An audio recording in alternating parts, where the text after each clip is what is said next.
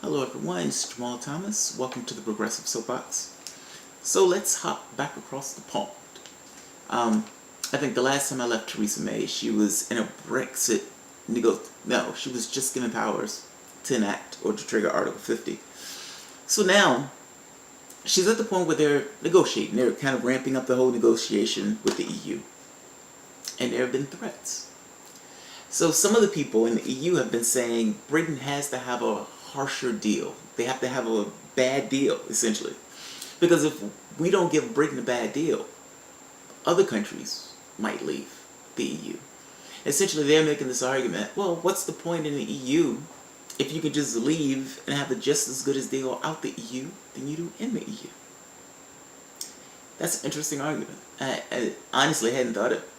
I mean, I wasn't looking at the point of they were just going to be punitive, to be dicks about it. You know, you want to leave, so yeah, we frown upon that. We don't like it when you leave, so we're going to make it hurt. Really, dude? These are people's jobs, you know? But whatever, I know, I get it, it's politics. So Theresa May, however, is not without weapons of her own. Even if the weapon is kind of gross. Her plan is to essentially cut taxes, to cut the corporate tax rate so viciously that it drags the other businesses from EU into Britain. That is gross. That's gross. So they're calling this a no-deal situation. Plans being put in place for a no-deal situation include ready-to-go budgets, which will see corporate tax brought down to internationally low levels and regulations being scrapped overnight. Far-left labor... Why are they calling him far-left? Far-left labor leader Jeremy Corbyn has accused Mrs. May of wanting a bargain basement economy.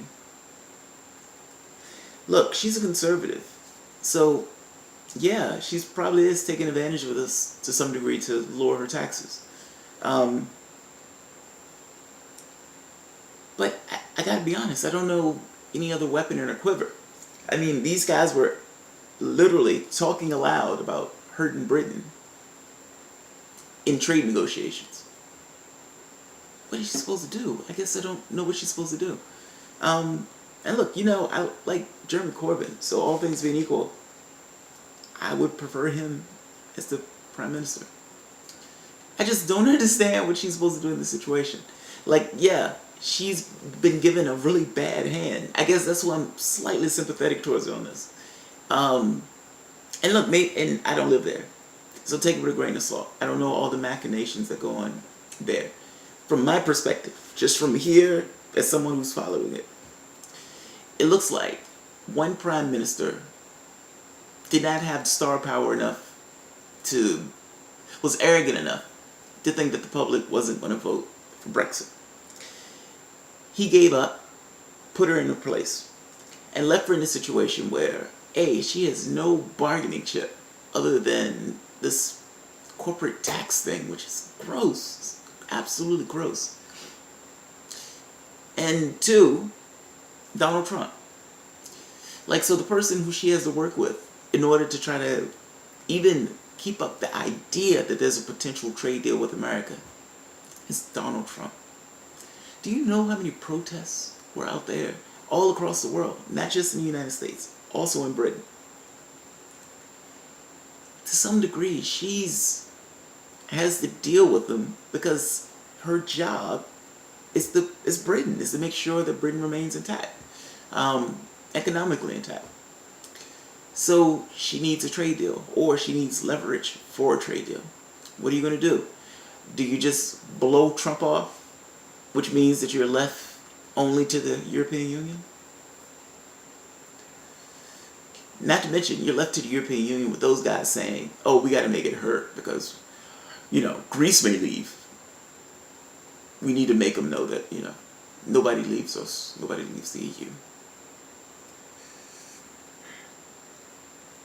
So yeah, that's her strategy. Cut the corporate tax rate. Get it so low that other companies essentially move over. One of the guys what's his name? Chancellor Philip Harman, in an interview to the German newspaper Welt am Sonntag, he said, I personally hope we will remain with the mainstream of Europe economics and social thinking. But if we are forced to do something different, then we would have to do something different. We could be forced to change our economic model, and we would have to change our model to regain competitiveness. And you can be sure we would do whatever we have to.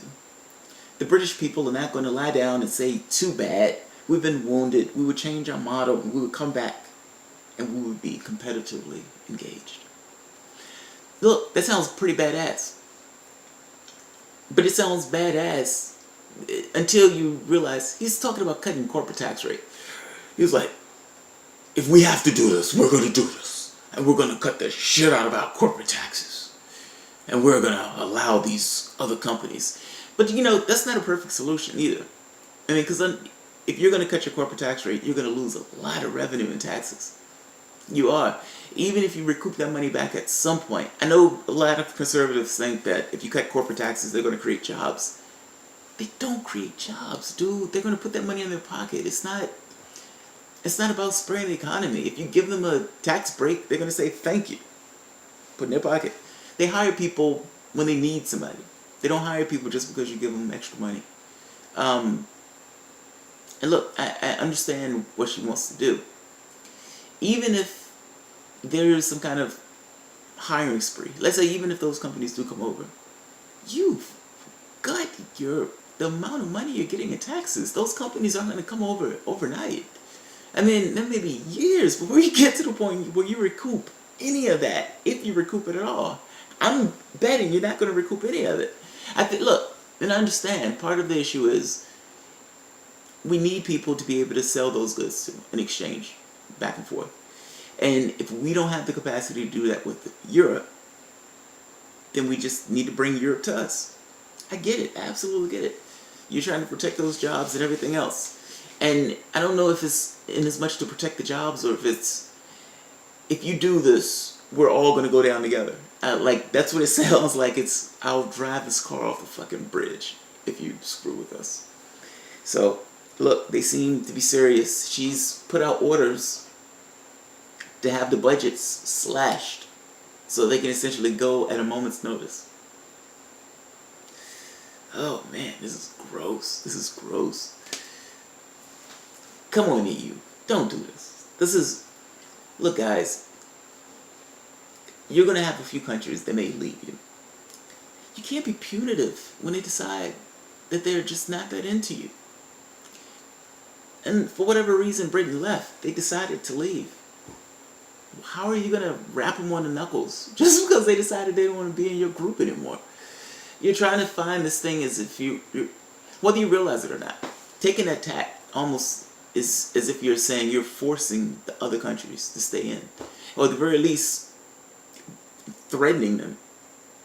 I mean, that's literally what it is.